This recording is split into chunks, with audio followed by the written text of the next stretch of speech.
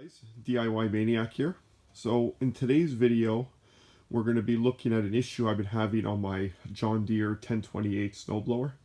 But this issue is applicable to most snowblowers with the electrical chute direction control. So it's the direction switch that makes the chute go right and left. So it seems to be an issue that plagues a lot of people, where when you're operating the chute and you're pressing either the left or the right, or even both directions are impacted by this problem, it doesn't turn. Either it fails to turn at all and nothing happens, or it's very slow or very inconsistent movement, so it's stuttering. The first thing we're going to want to diagnose is the switch the problem? Is the wiring the problem? Or is the motor the problem? So I know the motor wasn't a problem because it worked when I went left, but not when I went right. And sometimes it did work when I went right, but it was stuttering or very slow. So I know the motor's working. So the next thing I wanted to diagnose was the wiring and the connection at the wiring. So if we look underneath the switch, we have our wire connector, which is right here. And there's the 6 pins. So you want to remove that wire connector and clean it. So what I did is I removed each of the individual female spade connectors out of the plastic plug. I cleaned them, made sure there was no grime from the conductive grease that they put inside those connectors that could interfere with the flow of electricity. And no, that wasn't an issue. I cleaned it all out with electronics parts cleaner. I brushed it all out, put it back in. Issue was still there. So the next issue we want to diagnose is the switch itself. So what I did is I took my multimeter and I checked for continuity in the switch when it was activated, and I had it, but I was getting a little bit of resistance. So quite actually more resistance on the problematic direction than I was on the other, the opposite direction. So that led me to believe there's an issue with the contacts in the switch.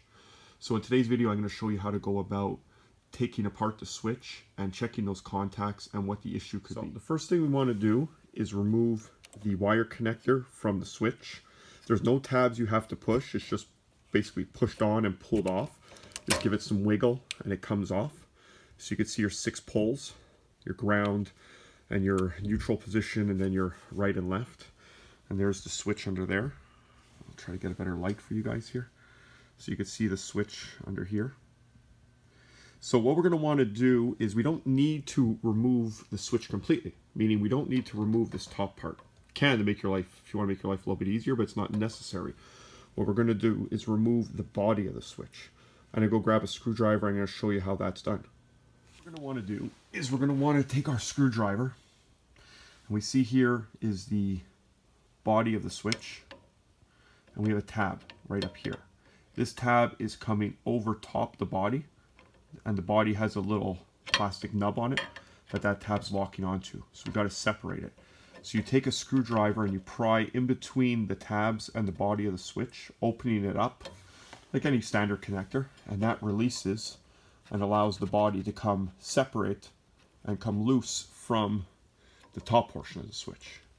So we have it on that side, and of course you're going to have it on the other side as well. You can see it right there. So you got to get your screwdriver up underneath that, and we're going to release the other side. I'm going to see if I could do this one-handed while filming. I'm just going to show you. See, you get a really good understanding of how it is. You see, I take a little hook. So you want to pry with your screwdriver up underneath there to release it, and that's going to allow the body of the switch to separate. So I can't do it on one-handed while I'm holding the phone. Sorry, guys. So I'm going to go ahead and remove that, and I'm going to show you what it looks like at that point. So we can see I separated the bottom portion of the switch is here off the top portion of the switch. And if we look inside, we can see the 2 contacts. So it works like a rocker. So as you push the switch, it rocks these contacts back and forth, making contact there, letting the flow of electricity through to turn energize the motor. And then the same thing that way. So what you want to do is turn this upside down, empty those out. So now if we look inside, you can see what I'm talking about. You have your neutral point, which is in the middle, whereas your power is coming through. And then you have your contacts on each side. So as you rock it, it bridges allowing current to flow that side, allowing the chute to turn, and then vice versa. So what happens is with these contacts, either they get fouled, because you gotta remember, you're creating a circuit, you're releasing a circuit. So there's always mighty, tiny little sparks are happening, so you can actually foul those surfaces. Kind of see, this is a little puck here. Try to focus. You kind of see on the surface how it already has a little fouling on it. It's nothing major, but you could see the same thing on the inside where those contacts are made, because you're arcing electricity, so it's gonna have a little fouling on those parts. So that could be a problem if there's a lot of corrosion built up in there. Also, what can happen over time, if we look at these rockers, they bend upwards a bit. So even though you're pushing down on the switch and it's rocking to make contact with the bottom contact, because it's bent up a bit, even though your switch is at full travel coming down, it's not allowing this rocker to make that rocker little puck there to make contact with the circuit, and it's not going to allow it. Or in my case, because it was stuttering, it was probably making contact but not enough, just partially, and it was going breaking, and it wasn't allowing it. So what we want to do is, with our needle nose pliers, we want to bend the little tabs downwards a bit. So basically, as I said, they go in like this. We want to bend this portion here down just a bit. We don't need much, so that aided in making better contact. Now if you bend it too much, you run in the risk of it making constant contact, and your chute, as soon as you, well, even pushing the switch, it's going to turn. So you got to be careful how much you adjust it. And also cleaning the surfaces here as well would help, and cleaning the surfaces inside with a very light grit sandpaper just to clean up that fouling. So that's what I'm going to go do. I'm going to do that now, and then I'll get back to you guys. Okay, so I went ahead and I bent the ends of those rockers down where the little pucks are. I cleaned them best I could, and I bent it down. Then the next step is we want to put these rockers back into the switch. So you can see here, we're going to drop it in. You got to make sure it's properly centered as such. You can use your needle nose pliers to help you get it into place. So you got to be careful, as you want to make sure it's going in just right. Take our needle nose. There's little tabs that these rockers fit into to make sure they're properly oriented. As you can see, it's a hit and miss when you're putting these in. There you go. So the two of them are in. So that's what it looks like now. So that's that part.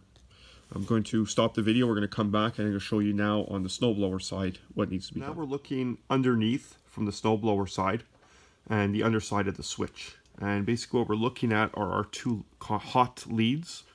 They're little poles, metal poles there and there. And that's what makes contact inside the switch in the center point of the rocker. So energizing that rocker. And as you push the button, the rocker tilts over, makes contact with one of the other contacts that allows the chute to turn. So here, I don't need it to do anything. There's still a little bit of conductive grease on there. So pretty much, it's reverse removal. You're going to take your switch and you're going to put it back into place.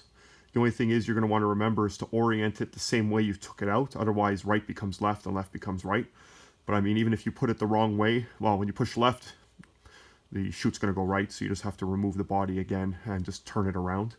From what I could tell, there's no orientation markers on it, just a part number. So, I mean, there we go from there. And then what we're going to want to do is test the machine to make sure we have full function. So that's what I'm going to do. I'm going to put the switch body back into place, and then we're going to test it. So guys, we're going to test it out. Sorry it's loud.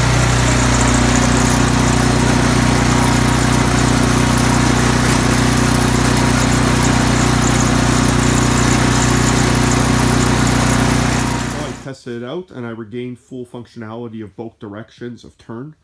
Sorry it was loud. I don't even know if you heard what I was saying as I was doing that, but it operated perfectly. And after I stopped the video, I kept it running for another 5 minutes to verify the repair work, and the chute is perfect now. So before coming to the conclusion, oh, we need to go to John Deere or any repair shop and have this switch changed or have them do the work, as you can see, it's a very simple job. Just remove that wire connector, take apart the switch body as I showed you, bend and clean those contacts, put it back together, verify it, and it works.